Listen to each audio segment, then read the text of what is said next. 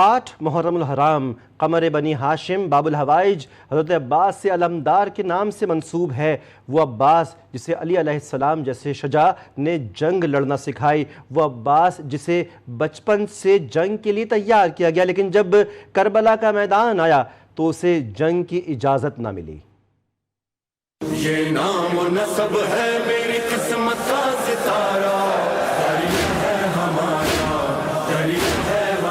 حضرت عباس ابن علی علمدار حسین علی کے بیٹے اور بنی ہاشم کے سب سے جری اور شجاع نوجوان۔ تاریخ طبری اور بحار الانوار میں درج ہے حضرت علی نے اپنے بیٹے عباس کو میدان جنگ کے اصول، شمشیر زنی اور نیزہ بازی خود سکھائی۔ جنگ صفین میں علی نے عباس کو نقاب پہنا کر میدان میں اتارا اور دشمن سمجھے کہ خود علی جنگ لڑ رہے ہیں۔ عباس کا قد و قامت ہی ایسا تھا کہ جب گھوڑے پر سوار ہوتے تو ان کے پیر زمین پر خط کھینچتے تھے۔ شجاعت ایسی تھی کہ نام سن کر دشمن کے دل دہل جاتے تھے۔ پھر کربلا کا میدان آیا، دشمن سامنے تھا اور عباس صرف اجازت کے طلبگار تھے۔ اس جنگ کی اجازت جس کے لیے عمر بھر تیار کیا گیا۔ نفس المہوم میں روایت ہے عباس نے بار بار امام حسین سے میدان میں جانے کی اجازت مانگی، لیکن امام حسین نے فرمایا عباس تم تو میرے لشکر کے علمدار ہو، تم گئے تو خیموں میں موجود بیویوں اور بچوں کی امید ختم ہو جائے گی۔ عباس وہ بہادر جسے ساری زندگی جنگ کے لیے تیار کیا گیا، مگر کربلا میں جنگ کی اجازت نہ مل سکی۔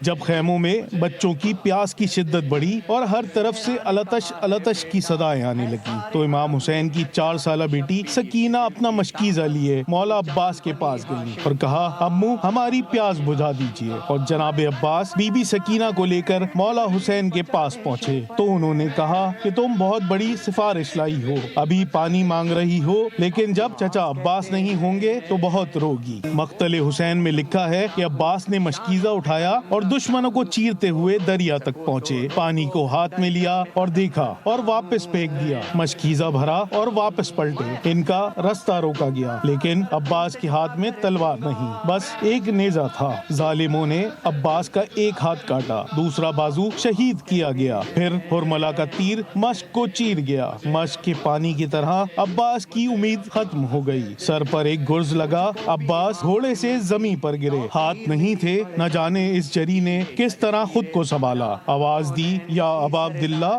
غلام کا آخری سلام لیجیے۔ بحار الانوار میں درج ہے کہ عباس کی جنگ تلوار کی نہیں بلکہ اطاعت کی جنگ تھی۔ انہوں نے وفا کا وہ معیار قائم کیا کہ کربلا کے بعد کسی کو با وفا کہا گیا تو وہ صرف عباس تھے۔ حضرت عباس سکھاتے ہیں کہ اصل بہادری تلوار چلانا نہیں بلکہ اصل شجاعت یہ ہے کہ اپنی طاقت کو اطاعت میں دفن کر دو۔ وہ صرف بازو نہ تھے جو کٹ گئے، یہ علی کی تربیت، شجاعت اور وفا کا امتحان تھا، اور عباس اس میں سرخرو ہوئے۔